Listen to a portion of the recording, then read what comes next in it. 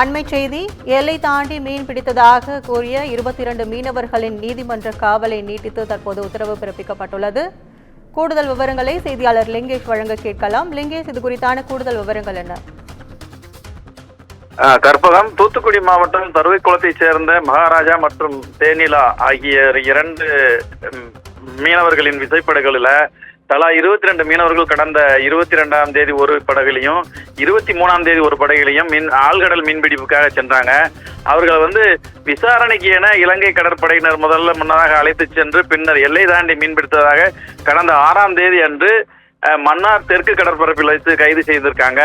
பின்னர் தூத்துக்குடி மாவட்ட மீனவர்கள் 22 பேரையும் புத்தளம் மாவட்டம் கல்பிட்டி சுற்றுலா நீதிமன்றத்தில் கல்பிட்டி மீன்வளத்துறையினர் ஆஜர்படுத்தினாங்க. அப்போது வழக்கை விசாரித்த நீதிபதி மீனவர்கள் 22 பேரையும் வரும் 20ஆம் தேதி வரை, அதாவது 20ஆம் தேதியான இன்று வரை வாரிய போல சிறையில் அடைக்க உத்தரவிட்டிருந்தாரு.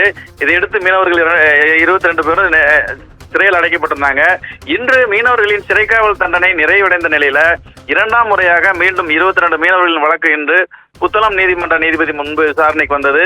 அப்போது வழக்கை விசாரித்த நீதிபதி விமரத்தன மீனவர்களுக்கு வரும்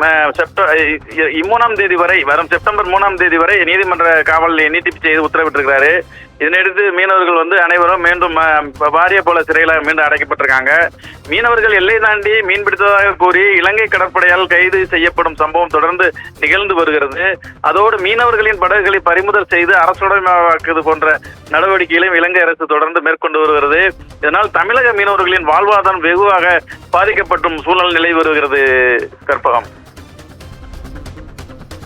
உங்கள் விவரங்களுக்கு நன்றி லிங்கேஷ்.